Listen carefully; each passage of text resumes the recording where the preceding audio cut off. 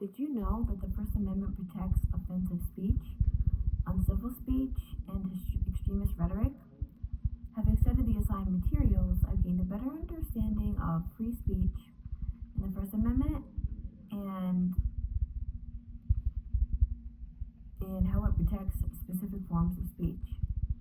There are a few fundamental aspects of free speech that we should know, including that the First Amendment protects some forms of expression but not others, protection from government interference, and the right to free expression.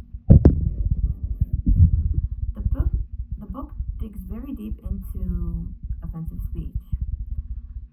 To start off, on page number 191, the book discusses two cases where the Supreme Court has upheld government's power to restrict patently offensive speech.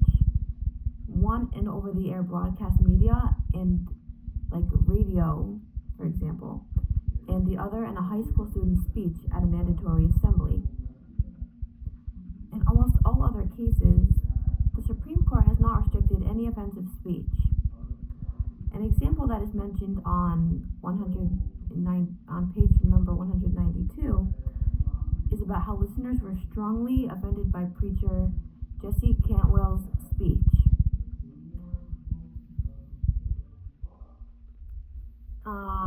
In this example,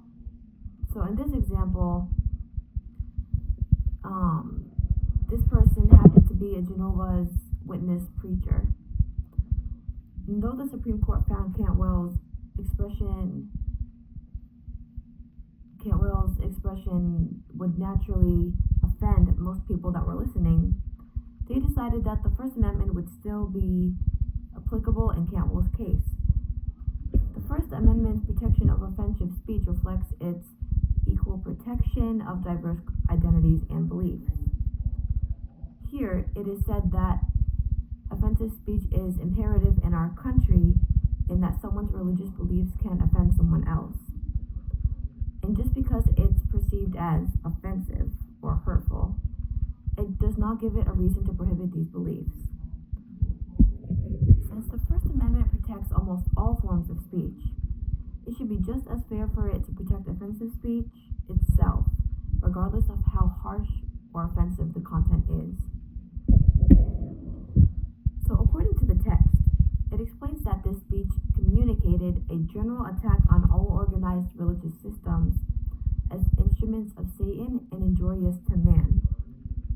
Because this was aimed towards religion specifically, it is a strong example of how offensive speech can impact our society.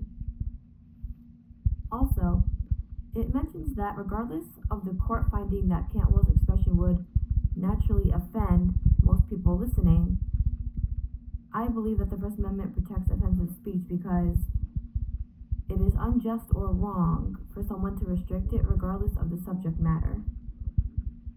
And since the First Amendment protects almost all forms of speech, like I said, it should be just as fair for it to protect offensive speech itself, regardless of how harsh or offensive the content may be. On page number 192, it also states that Cantwell further recognized that protection for offensive speech is imperative in the country we live in for people of different races or color, and many people of diverse religious beliefs. I believe that this is true because the protection or protections of offensive speech can help defend the views of minorities and so much more. Next, we can move on to whether the First Amendment protects uncivil speech. On page 194, it states, it is certainly appropriate for public as well as private institutions such as universities to encourage members of their communities to express themselves in a civil and respectful manner. For instance, such encouragement was incorporated in the Chicago Free Speech Principle, which the University of Chicago adopted in 2014, and which since have been adopted by many diverse public and private higher education institutions all over the United States. In this case, the main concern is whether the universities are able to maintain the right to civil speech and whether or not people can abide by it. The First Amendment protects uncivil speech because uncivil speech is considered free speech, which then allows for freedom of expression. So anyone should be able to freely express their opinions, their ideas, and their thoughts whenever they want. In the book, it brings up how such encouragement of civility embodies a couple of crucial limits. So there are two limits connected to this. On page number 195, it talks about how the institution encourages civil speech, regardless of the idea being discussed, and that if it's possible to be done civilly, then it should be done civilly. It does not prohibit the use of uncivil speech, however, stating, if uncivil, even disrespectful manner, that individual choice must be protected. And quote, first, the institution encourages a particular manner of expressing ideas, with no limit at all on which ideas are expressed. All things being equal, if we convey our viewpoints through words, tones, gestures, and facial expression that signal civility and respect, we should be encouraged to do so, and we should do so voluntarily. This says that it encourages civil speech, and if it can be done, then it should be done. I believe that this does not prohibit uncivil speech. What this means is that uncivil speech is free speech, regardless of who we say it to and how we say it, whether it be through words, gestures, or expressions of different kinds. The second limit that it mentions is that the university, along with other public officials, may not enforce any general civility requirement. There are several things that uncivil speech means.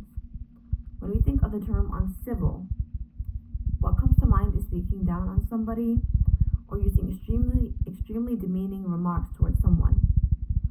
Because uncivil speech is within free speech, it wouldn't be okay for the government to restrict it. This is also because it is still considered free speech at the end of the day.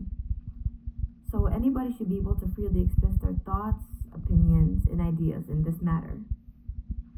One example that I found in the text is if anyone who is a part of the community protests against the police misconduct, they would be allowed to convey their disrespect for that behavior. And what makes uncivil speech uncivil, once again, is unfair and strongly demeaning behavior from one individual to another. So when we often think of the word uncivil, what comes to mind is rude, harsh, demeaning, just simply rude behavior. Lastly, there is extremist rhetoric or extremist and terrorist speech. On page number 185, it brings up Black Lives Matter, for example, and how its advocacy was deemed as extremist terrorist speech. Interestingly, people censor the Black Lives Matter expression with hate speech, as well as the falsehood of said expression.